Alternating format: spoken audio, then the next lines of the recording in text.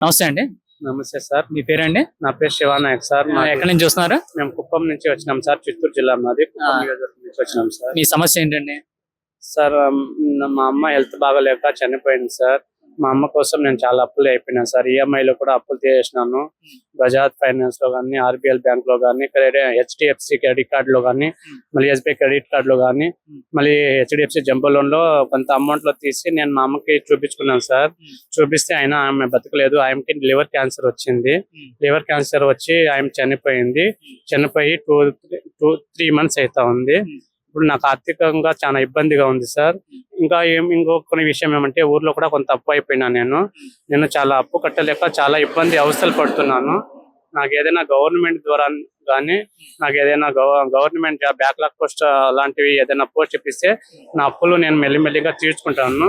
ఇంకొక విషయం అంటే, ఈఎంఐ వాళ్ళు చాలా ప్రెజర్ చేస్తున్నారు. నాకు నేను ఈఎంఐ కట్టలేక ఇబ్బంది పడుతున్నా. వాళ్ళు ఫోన్ చేస్తున్నారు, నోటీసులు పంపిస్తున్నారు ఇంటికి. దానికి గవర్నమెంట్ ద్వారా నాకు ఏదైనా సహాయం చేస్తే నేను మెల్లిమెల్లిగా ఈఎంఐ కానీ, లేకపోతే ఊర్లో అప్పులు కానీ నేను కట్టుకుంటున్నా. ఏదైనా బ్యాక్లాగ్ పోస్ట్ ఇప్పిస్తే నేను నా జీవనాధారానికి నాకు బాగుంటుంది. ఇంకో విషయం అంటే, మా ఇల్లు కూడా బాగలేదు. పడిపోయిన ఇల్లు వర్షం పడితే అసలు కారుతుంది. ఇంట్లో కూడా ఉండలేదు. నాకు ఏదైనా సమస్య తీర్చడానికి గవర్నమెంట్ హెల్ప్ చేస్తే నేను బాగుంటుంది అనుకుంటున్నాను. అందుకని నేను వచ్చాను, ఇక్కడ పార్టీ ఆఫీస్కి వచ్చినాను. నేను కుప్పం నుంచి వచ్చినాను. మీకంటే ఎవరు లేరా మరి? ఎవరు లేదండి. మా అమ్మ నాన్న ఇద్దరు చనిపోయినారండి. ఎవరు లేరు. నాకు చూసుకోవడానికి కూడా లేదు. యాక్చువల్లీ నేను రోజుకి 2 పూట తింటున్నాను. అది కూడా హోటల్లో తింటున్నాను. నేను రోజు తిన్నా. ఇప్పుడు కూడా నేను వచ్చేటప్పుడు వేరే వాళ్ళ దగ్గర అప్పు తీసుకుని వచ్చిన డబ్బులు. నా అప్పు పెరుగుతుంది కానీ తగ్గట్లేదు. గవర్నమెంట్ వస్తే నా సమస్య సాల్వ్ అవుతుందని నేను అనుకుంటున్నా. కానీ గవర్నమెంట్ వచ్చింది, కానీ నా ప్రయత్నం నేను చేస్తున్నా. నాకు ఏదైనా బతకడానికి జాబ్ కానీ, లేకపోతే ఏదైనా బిజినెస్, ఏదైనా షాప్ కానీ పెట్టిస్తే వేరే ఊర్లో నేను నా అప్పులు కొద్దిగా నేను సాల్వ్ చేసుకుంటాను. మీకంటూ వికలాంగుల కోటాలో ఏమైనా ఉద్యోగం లాంటివి కోరుకుంటున్నారు? వికలాంగుల కోటాలో బ్యాక్లాగ్ పోస్ట్ ఉన్నాయి సార్. ఆ పోస్టులు ఏదైనా ఇప్పిస్తే నాకు పర్మనెంట్ జాబ్ వస్తుంది. నా లైఫ్ కూడా సెటిల్ అవుతుంది సార్. నా అప్పులు కూడా నేను మెల్లిమెల్లిగా తీర్చుకుంటాను. అందుకని నేను గవర్నమెంట్ ని రిక్వెస్ట్ చేసుకుంటున్నాను సార్. నేను అప్పులు కట్టడానికి చాలా ఇబ్బంది పడుతున్నా. ప్రతిరోజు నాకు కనీసం ఫోన్లు వస్తున్నాయి. ఆ ఫోన్ కూడా స్విచ్ ఆఫ్ చేసుకుంటున్నాను సార్. ఆ సిమ్ ని ఫోన్లు చేస్తారనేసి ఇబ్బంది పడుతున్నాను సార్. ఏదైనా కానీ ఇప్పుడు నాకు లోకల్లో అయితే నాకు కొన్ని విషయాలకి హెల్ప్ చేస్తున్నారు సార్ పార్టీ వాళ్ళు కూడా. కానీ నా ఈఎంఐ సమస్య ఎక్కువైపోతుంది సార్. ఊర్లో కూడా అప్పులు ఎక్కువైపోతున్నారు సార్. వాళ్ళు రోజు ఇంటి దగ్గర వచ్చి అప్పులు అడుగుతున్నారు సార్.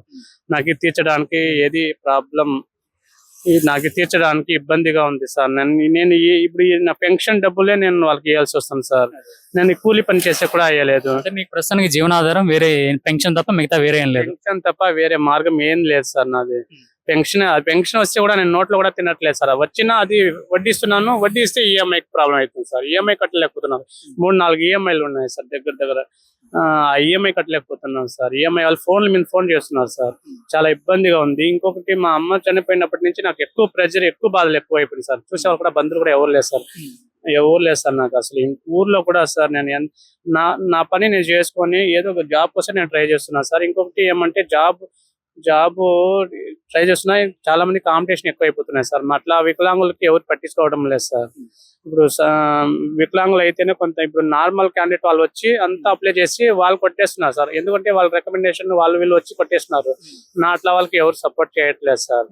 అందుకనే సార్ నేను ఇంత దూరం వచ్చి, కుప్పం నుంచి విజయవాడకు వచ్చి, పార్టీ ఆఫీస్కి వచ్చి, పవన్ కళ్యాణ్ సార్ ఏదైనా నాకు చూసి ఏదైనా నాకు హెల్ప్ చేస్తే ఆ సార్ని కలవాలనుకుంటున్నాను సార్. మెయిన్ ఆ సార్ని కలిసి నేను నా బాధని ఆయన చెప్పుకుంటే ఆయన అంతో నాకు హెల్ప్ చేస్తాడని ఆయన పైన నమ్మకం ఉంది సార్. అంటే కళ్యాణ్ గారు అయితేనే మీకు న్యాయం చేయగలరని చెప్పి నమ్మి మీరు ఇంత దూరం వచ్చారు? అవును సార్. ఎందుకంటే మా వికలాంగులకి ఆయనే బాగా హెల్ప్ చేస్తున్నారు సార్. నేను ప్రతిసారి యూట్యూబ్ లో కానీ, ఫేస్బుక్ లో కానీ, ట్విట్టర్ లో కానీ, వాట్సాప్ లో కానీ ప్రతిసారి నేను చూస్తాను సార్. అందుకని సార్ నేను ఒకటి డిసైడ్ అయినాను సార్. ఎందుకంటే ఇంత దూరం నేను వచ్చినానంటే సార్, పవన్ కళ్యాణ్ సార్ గారు ఖచ్చితంగా నాకు హెల్ప్ చేస్తారు. నా లైఫ్ సెటిల్ చేస్తారు. ఆయన నేను హ్యాపీగా ఉండేటట్టు చూస్తాడు అని నమ్మి ఇంత దూరం వచ్చినాను సార్. కాకపోతే నేను ఒక్కసారైనా ఆయన కలవాలి సార్. ఆయన ఒక్కసారైనా కలిసి మాట్లాడాలి సార్. నా సమస్య ఏంటో ఆయన డైరెక్ట్ గా నేనే చెప్పాలనుకుంటున్నాను సార్, నా ప్రాబ్లమ్స్ అన్ని. ఎందుకంటే ఆయన అయితేనే నాకు హెల్ప్ చేస్తాడని నేను అనుకుంటున్నాను సార్. పవన్ కళ్యాణ్ సార్ గారు అయితేనే నాకు హెల్ప్ చేస్తారు సార్. ఎలాగైనా ఆయన నేను కలవాలి సార్. ఎలాగైనా మీరు హెల్ప్ చేస్తారు, మీ మీడియా వాళ్ళు హెల్ప్ చేస్తే ఆయన ఖచ్చితంగా నాకు పిలిచి నాతో మాట్లాడతారు సార్. నేను కుప్పం నుంచి రావాలి సార్, అది కూడా హ్యాండిక్యాప్ సార్. నాకు సపోర్ట్ కూడా ఎవరు లేరు సార్. మీరు ఒక్కళ్ళే వచ్చారు అయితే అంత దూరం నుంచి? నేను ఒక్కళ్ళే వచ్చినాను సార్, ఎవరు నాకు సపోర్ట్ లేదు సార్. అంత దూరం వచ్చిన నాకు నా బాధలు నేను తట్టుకోలేక ఇప్పుడు నాకు హెల్ప్ చేయకపోతే నాకు చనిపోవడం తప్ప వేరే మార్గం ఏం లేదు సార్. ఎందుకంటే నేను అప్పు కట్టలేను. దగ్గర దగ్గర 10,95,000 నా టోటల్ అప్పులు ఉన్నాయి సార్. నేను ఆ అప్పు కట్టలేక చాలా ఇబ్బంది పడుతున్నా సార్. ఈఎంఐ కట్టలేక చాలా బాధపడుతున్నాను. నాకు ఇంకా ఇక్కడ నుంచి ఇంకా అదే డిసైడ్ అయినా, అక్కడ ఊర్లో డిసైడ్ అయ్యి వచ్చిన సార్. పవన్ కళ్యాణ్ సార్ మనకు హెల్ప్ చేస్తాడు, 100% హెల్ప్ చేస్తాడు అని నమ్మి వచ్చిన సార్. ఒకవేళ ఆయన హెల్ప్ చేయకపోతే నాకు చనిపోవడం తప్ప వేరే మార్గమే లేదు సార్. అదే సార్, నేను ఎలాగైనా ఆయన కలిసి నా బాధలని చెప్పి నేను చెప్పుకోవాలనేసి వచ్చినా సార్, కానీ కలవలేకపోయినాను. కానీ మీ మీడియా వాళ్ళు హెల్ప్ చేస్తే నాకు ఆయన ఖచ్చితంగా నాకు హెల్ప్ చేస్తాడు సార్. ఆయన పైన నాకు నమ్మకం ఉంటుంది సార్. ఎందుకంటే మా లాంటి వికలాంగులకి ఆయన చాలా హెల్ప్ చేసినారు సార్. నేను ప్రతిసారి చూస్తాను సార్. అందుకనే సార్ నేను ఇంత దూరం వచ్చినాను.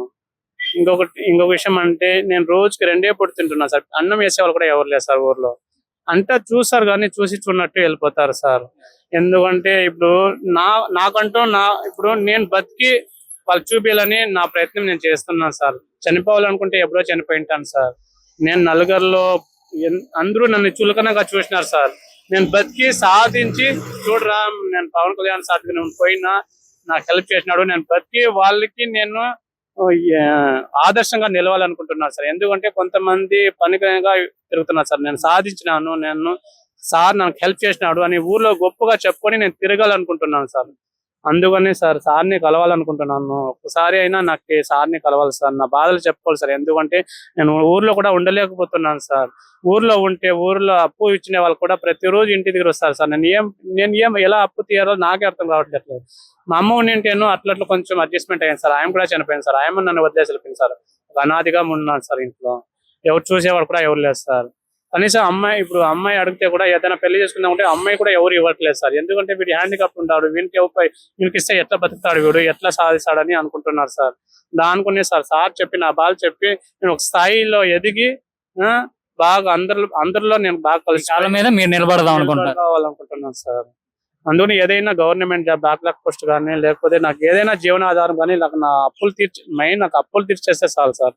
నేను అదే అనుకుంటున్నాను సార్. అప్పు తీర్చేసి నాకు ఏదైనా లైఫ్ ఇచ్చేటట్టు చూస్తే నాకు అదే చాలా అనుకుంటున్నాను సార్.